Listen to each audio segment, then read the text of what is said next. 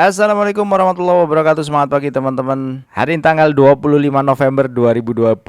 Kemarin sudah diingetin beberapa kali sama Bang siapa kemarin ya yang ngingetin ya. Nah ini sama Bang Rudi Wahyudi ya. Makasih sudah diingetin. Tanggal bulan tahun itu aja yang kurang. Siap. Oke, hari ini IHSG ya sedikit koreksi lah 8.521 karena kemarin sempat tembus di 8.500 ya wajar aja sekarang koreksi kemudian asing agak buang dikit, nggak ada masalah dari situ. Terus saya mau jawab beberapa pertanyaan. Sebenarnya mau bahas saham IPO, tapi karena ada bertubi-tubi pertanyaan asik. Nggak. Jadi pengennya nge-close pertanyaan dulu. Nanti kalau banyak sekali yang nanya, jadi tanya terus ya kita nggak nge-review. Ya berarti bukan salah saya ya. Pengen santai saja hari ini, jadi bahas pertanyaan kayaknya menarik. Minta tolong bahas cuan bang. Cuan salah satu perusahaan yang sedang hype, banyak dibahas. Ini cocoknya dipakai untuk scalping, dipakai untuk trend follower, dipakai untuk bandarmologi. Karena dividennya nggak ada ya, 0,04% itu saya anggap nggak ada, sama dengan nol gitu bang. Jadi gimana cuan? Saya nggak masuk di sana. As simple as that. Oke, terus boleh bahas BRI sama Mandiri nggak bang? Maaf melenceng, saham nggak syariah HW-nya berapa kira-kira? BRI Mandiri itu bank. Jadi pusing saya kalau diminta untuk bahas bank begini. Ya lebih baik nyerah ya. Harusnya udah banyak yang bahas. Dan harga wajar itu dihitungnya berdasarkan potensial yield aja. Kalau yieldnya lebih dari 9% ya anggap aja situ sudah di harga wajar. Gitu bang, mohon maaf sekali bang Cah Loembe ya, Om Cahlo. Tolong review Akro. Akro itu Samko Hyung Yusung Adi Lestari. Aduh, susah banget ya namanya. Price-nya 89. Itu kalau dilihat dividen yield potensinya ada di 2,9%. Kenapa saya masukkan di 2,9%? Karena Akro kemarin bagi dividen Rp22 ini, Rp22 ini atas EPS-nya 2,6. Jadi 860% payout ratio. Sehingga di tahun ini kalau dia baginya 100% laba, artinya labanya dia itu di Rp3, berarti yieldnya hanya sekitar 2,9%. Loh, kan kemarin nggak baginya nggak 100% bang payout rasionya, ada 860. Ya itu nggak menjamin karena bicaranya dia punya cash apa enggak untuk bayar dividen dengan payout atau yield sekitar atau payout rasio sekitar 860 terus-terusan. Kalau sesekali ya mungkin ya, karena bisa jadi dia pas lagi punya cash, kemudian cashnya dibagiin jebret, habis itu tahun berikutnya menghasilkannya dari mana? Yang paling logis adalah dari profitability yang dia bentuk, dan profitability yang dia bentuk ya ini payout ratio 100% itu adalah 100% profitability-nya dia. Itu Akro Bang Panji Wulung ya. Bang izin tanya, LPPF dengan laporan keuangannya yang turun, parameter apa yang meyakinkan kita buat hold ini saham selain dividen? Apakah cukup dengan historinya saja? Maaf saya pemula sektor ini. Running sebuah perusahaan itu gak seperti nyetir mobil yang dia langsung bisa dibelokin kanan, belok kiri, putar balik gitu ya. Nggak gampang. Maka sebenarnya satu perusahaan itu dianggap kolaps atau dianggap nggak kolaps, ada beberapa banyak indikator yang bisa kita cek dari sana. Nah, khusus untuk LPPF, indikator pertama yang menarik untuk kita bahas adalah revenue. Contoh, di laporan keuangan dia terakhir ya, ini dalam jutaan rupiah. Revenue LPPF 2024 September itu 2,8 triliun. Satu Indonesia. Ya mungkin dengan beberapa outlet ya. Di public expose terakhirnya dia, mereka sampaikan bahwa geographic sales performance-nya outside Java itu minus 7,2%, minus 7,7%, Java minus 7,7%, artinya minus, turun. Growth-nya pun sales growth itu juga turun ya. 225 ke 1942. Year to date September ini kuartal 3. Kemudian year to date September itu juga turunnya sampai 10%. Terus kenapa kita masih buy atau Kenapa masih percaya dengan LPPF? Secara jangka pendek menurut saya, dengan mereka turun 1 tahun itu 7%, 1 tahun itu 5%, dan posisi salesnya dia itu 2,8 T ini, atau taruhlah 10%, itu potensinya mereka bisa bertahan dalam waktu 2-3 tahun, 4 tahun ke depan itu masih memungkinkan. Lebih ingin meyakinkan lagi, kita tarik ke beberapa periode ke belakang. 2016 salesnya 9T 9,8, 2017 10T, 2018 10T, 2019 10T, oke. 2020 Covid drop jadi 4,8T. Di dropnya 2020 mereka minus 800 miliar.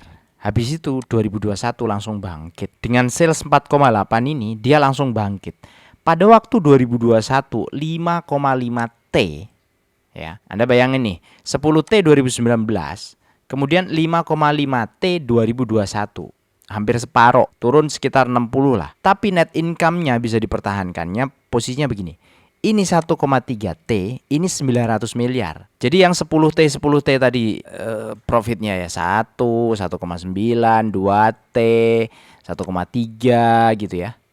Tiba-tiba di 2021 dengan hanya 5 triliun, mana tadi? Nah ini, dengan hanya 5 triliun, tiba-tiba dia punya profit 900 miliar. Apa yang dilakukan manajemennya dia? Kok bisa seefisien itu? Nah, kungfu ini yang membuat saya secara pribadi di LPPF itu belum terlalu ragu. Ragu iya, tapi belum terlalu ragu untuk melepas secara keseluruhan. Karena portofolio saya kalaupun masuk LPPF paling maksimal ya sekitar 15%. Maksimal ya kalau untuk short bisa sampai mungkin 20% maksimal itu. Karena ada risiko di sana. Kok nggak all in bang? Enggak, saya nggak tipikal yang all in begitu, enggak. Ya seperti di video sebelumnya, pegang saham beberapa, 10, kadang 12, kadang 8, kadang 15.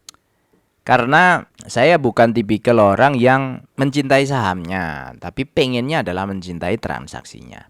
Nah, karena dia punya keahlian itu tadi, 2021 dengan kondisi seperti itu, terus 2022 dia 22 bisa mempertahankan profit, 2023 juga masih ada profit, 2024 masih ada profit, 2025 juga memungkinkan masih ada profit dengan yield dividen mulai dari 2021 sampai 2025 itu, 2024 itu konsisten. Nah, proof di 4 tahun ini itu yang membuat saya masih masukin LPPF itu di keranjang, di mana itu masih bisa dibeli atau tidak tergantung performanya dia.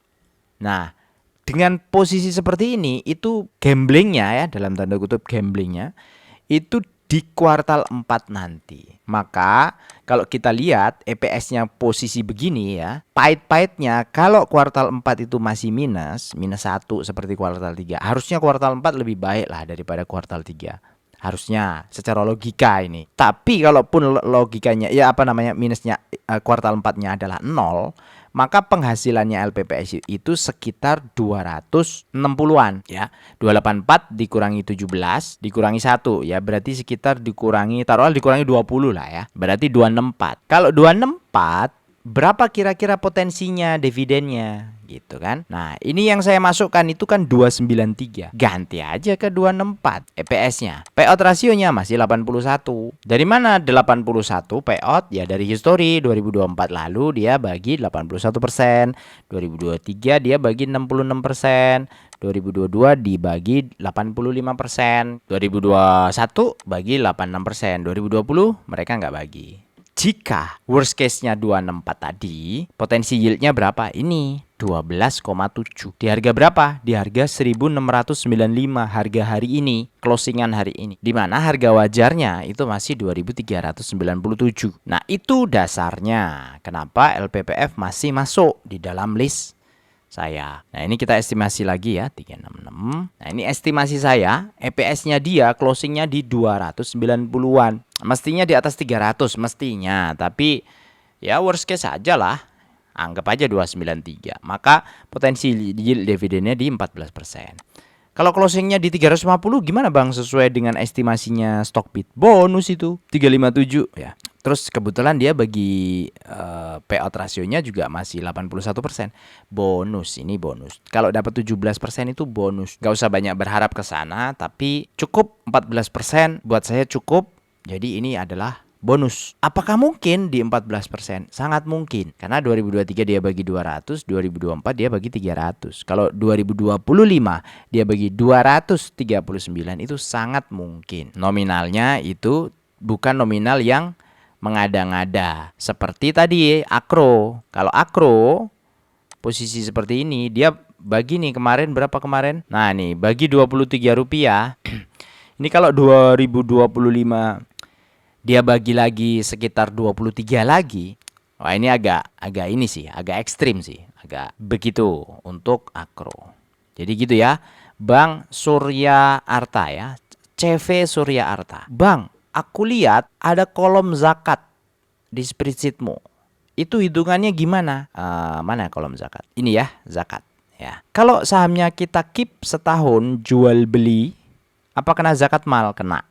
Terus kalau dividennya dipakai buat beli saham, kena zakat juga nggak bang? Makasih. Kalau jual beli ngitungnya, ya ini sepengetahuan saya aja ya, seluruhnya dianggap sebagai sebuah cash, seluruhnya dianggap sebagai barang dagangan. Kita punya threshold itu kan 85 threshold. Harga emas hari ini 2.380.000. Nah, taruhlah 2.300.000 lah ya. Nah, maka ya kira-kira nih shopnya sekitar 195 juta. Jadi kalau kita punya equity di atas 200 juta lah, di atas 190 lah ya, biar aman diturunin ke bawah. Di atas 190 juta itu wajib kena zakat. Zakatnya zakat mal aja kali 2,5%, sekitar 4.800.000 setahun. Makanya hasilnya kita itu harus lebih gede dari sini. Sesimpel itu. Tapi kalau zakat, kalau nggak jual beli, misalnya kita beli perusahaan, kemudian ditinggalin tuh, nggak dijual beli, nggak gitu ya. Perusahaannya aja yang kita beli, kemudian dia bagi dividen. Yang dizakati itu udah pernah saya bahas, itu adalah cash dan aset lancarnya saja. Jadi porsinya saja. Misal ada aset lancar 100 miliar ya, 100 M. Aset tidak lancarnya 200 M. Total asetnya 300 M. Maka porsinya si aset lancar itu adalah 100 per 300, 33%. Kemudian aset tidak lancarnya 200 per 300, 66%. Kemudian aset total asetnya ya 100% kan gitu ya. Nah, ini misalnya perusahaannya A, misalnya Adro lah gitu ya. Kita pegang Adro. Adro nilainya yang kita pegang, equity-nya itu 200 juta misalnya. Maka yang kena zakat adalah 33% kali 200 juta. Sekitar 66 juta. Ini adalah objek yang terkena zakat. Karena ini dianggapnya adalah cash atau setara emas. Pertanyaan selanjutnya, apakah ini masuk nishop? Kalau jawabannya belum, berarti ini tidak kena wajib zakat. Sepengetahuan saya begitu. Silakan Anda cek di ustadz-ustadz yang membahas ini, terutama Ustadz Irwandi misalnya. Irwandi sama siapa ya?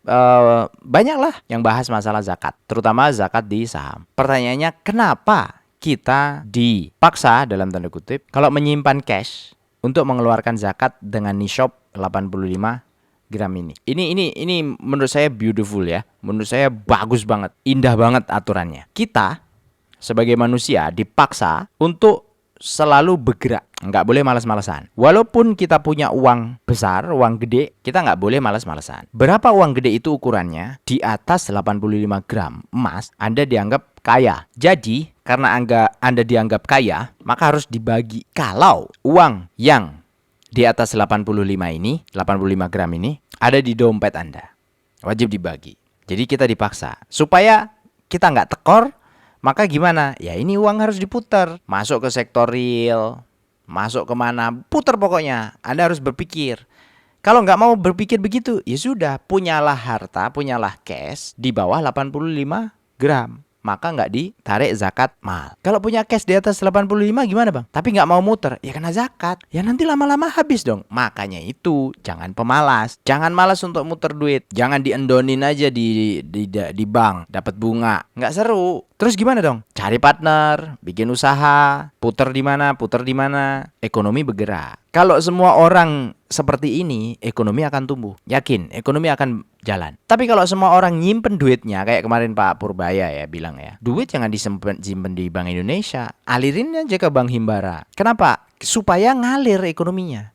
Bank Himbara diminta untuk menyalurkan. Kenapa? Kalau dia nggak disalurkan, dia kena 4% setahun. Maka dia dipaksa untuk menyalurkan kredit supaya dapat kembalian. Kalau disalurkan kan dapat misalnya 7-8%, yang 4% buat pemerintah karena dia uangnya pemerintah ya. Kemudian yang 4% untuk banknya. Nah, kebetulan di Islam secara hukum sudah membahas itu.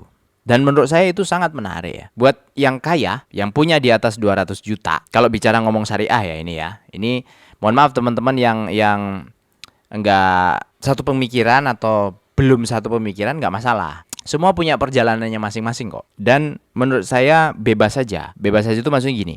Setiap orang itu punya pendiriannya masing-masing. Jadi kalau misalnya saya bahas syariah, bukan berarti saya anti terhadap non syariah. Hanya saya menghindari saja. Di review nggak bang? Pernah saya nge-review. Lihat video-video saya sebelumnya, pernah saya nge-review yang non syariah. Tapi ya mungkin porsinya sedikit lah. Terutama untuk bank itu saya agak menghindari. Kenapa? Nggak seru soalnya review bank itu. Nggak serunya itu adalah bank itu kan udah kaya. Dia punya duit, dipinjemin ke orang lain. Orang lain suruh balikin. Yang dibalikin oleh orang lain itu pakai anuitas menurun. Nama itunya anuitas menurun. Ditarik dulu bunganya lebih gede, pokoknya belakangan. Orang lain kerja keras untuk mengembalikan itu. Tapi pas waktu nyicil itu, cicilan pertamanya dia itu anuitas menurun itu tadi, apa istilahnya ada? Ya, pokoknya gini lah, grafiknya beginilah. Cicilan pertama itu lebih gede bunganya daripada pokoknya. Itu jadi pertanyaan saya. Kenapa begitu? Pertama, kedua, nggak serunya adalah mainnya itu hanya di keuangan saja. Dan sampai hari ini bank itu tidak bisa memiliki aset. Maksudnya bisnis, join bisnis, nggak bisa. Injek, saham, modal, nggak bisa. Aturannya itu karena masih pakai aturannya BI, dia hanya bisa meminjamkan. Itu yang menurut saya nggak seru. Siapa yang bikin aturan begitu gitu loh mas? Kenapa aturannya harus seperti itu? Mau kayak kita aja, saya punya duit, siapa punya duit? Mau joinan nih, bikin bisnis. Ya bolehlah bisnis bikin, beli aset dikaryakan. Jadi bukan pinjem statusnya. Kan sama aja bang syariah sama bank konvensional, bedanya cuma di akad. Pertanyaannya sama, nikah sama nggak nikah bedanya di apa? Akad kan? Betapa pentingnya sebuah akad, betapa pentingnya sebuah komitmen, ucapan, janji. Aturannya begitu ya, saya ngikut aja lah, nggak usah susah-susah. Kalau akad itu penting, ya udah akadnya diperbaiki begitu. Sebisa mungkin ke arah sana. Ya wallahu alam, siapa tahu kan kita nggak ngerti hidup itu cuma berapa. Paling rata-rata umur orang itu 62 tahun kok. Kalau sekarang udah umur berapa? Yang simulasi saya ini 30 tahun, tinggal separoh. Kalau 62 ya 62 dikurangi 30, tinggal 32 separoh. Buat yang lebih dari 30 ya tinggal berapa coba? Udah lebih dari setengah hidup, kita masih hidup. Maksudnya nggak kaya-kaya banget juga. Maksudnya tetap hidup aja gitu. Kalau ngomong ini kan ini mimpi. Bahwa nanti di akhir periode. Supaya kita lebih nyaman, lebih mudah. Boleh nggak bermimpi? Boleh. Video ini saya yakin banyak yang kurang setuju. Nggak apa-apa. Mau like, mau dislike, boleh. Ini sudah resiko saya. Ya. Tapi enjoy saja, happy aja. Mau kita masuk ke syariah, mau kita masuk ke non syariah, kalau keyakinan Anda itu menuntun Anda ke sana, dan ya sebisa mungkin kalau menurut saya gali lagi lah. Saya dulu juga pernah berdebat sama teman saya masalah bank syariah sama non syariah itu. Karena yang syariah itu marginnya lebih gede, ngambilnya lebih gede. Saya bilang ngambilnya lebih kejam daripada yang konvensional. Ngapain saya harus ke syariah? Saya bilang zaman dulu. Terus jawabnya, oh, kamu belum ketemu jawabannya aja Rif, katanya. Saya pikir-pikir bener juga apa yang diomongin. Kalau syariah atau bank syariah nggak dipakai, siapa yang mau make? Saya pikir-pikir bener juga. Walaupun rekening payroll saya sekarang masih belum bank syariah ya. Gak apa-apa lah. Arahnya dukungannya ke sana kan boleh. Masih tetap arahnya ke sana. Walaupun belum semua bank, kita semuanya syariah. Saya pikir itu udah terlalu lama. Kalau ngomongin begini saya pasti ngelantur kemana-mana seperti ini. Jadi terima kasih teman-teman. Semoga bermanfaat. Assalamualaikum warahmatullahi wabarakatuh. Sampai jumpa lagi di video berikutnya.